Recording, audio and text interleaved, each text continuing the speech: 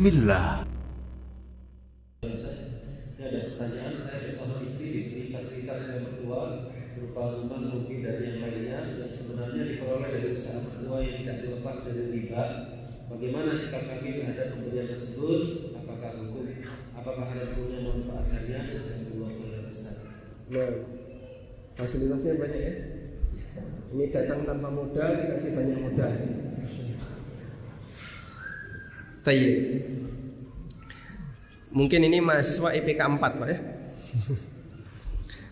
Jadi ketika orang tua memberikan hartanya kepada anaknya dan harta itu didapatkan dari usaha yang modalnya dari riba, begitu ya kurang lebih. Apa hukumnya?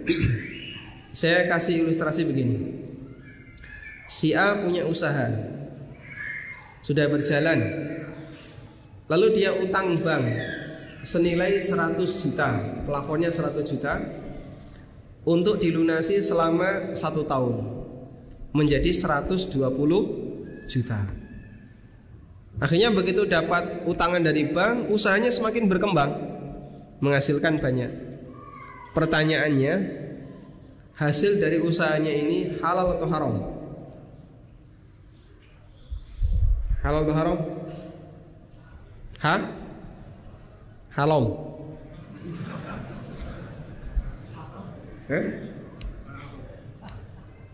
Halal atau haram? Halal. Kenapa halal? Baik.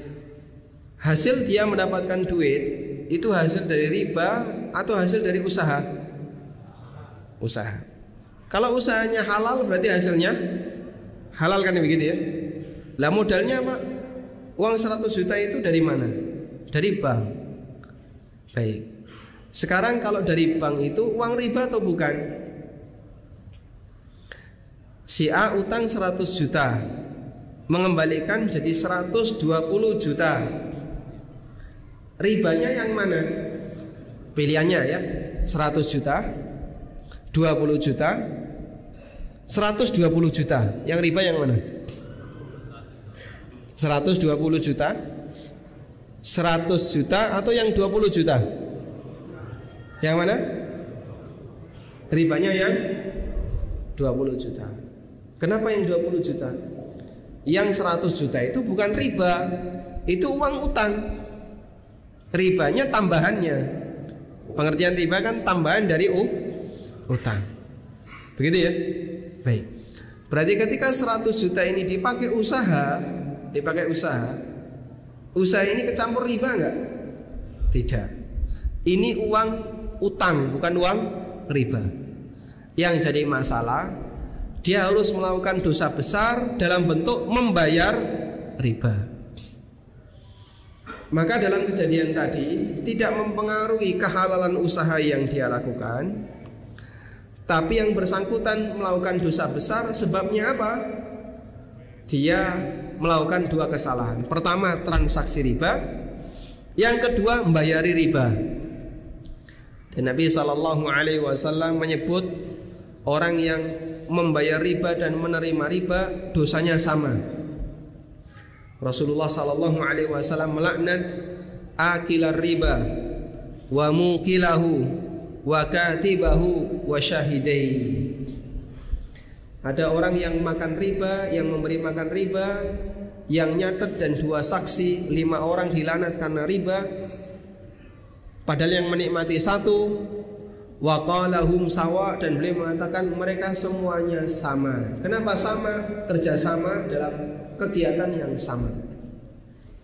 Karena itu jamaah yang dimuliakan Allah Subhanahu wa taala, status usaha di sini karena usahanya halal, berarti hasilnya juga halal. Ketika diberikan kepada anak, statusnya halal. Cuman Anda kasih saran kepada orang tua bagaimana caranya agar segera memutuskan hubungan dengan lembaga ribawi.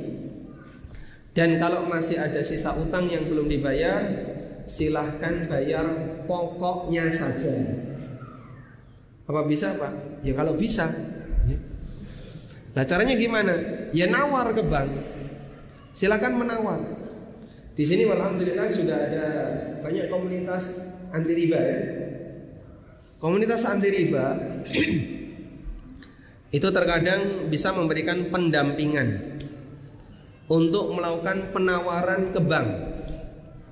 Di Jogja kami mendirikan sebuah komunitas anti riba yang kita sebut dengan IBR, Indonesia Bersih Riba.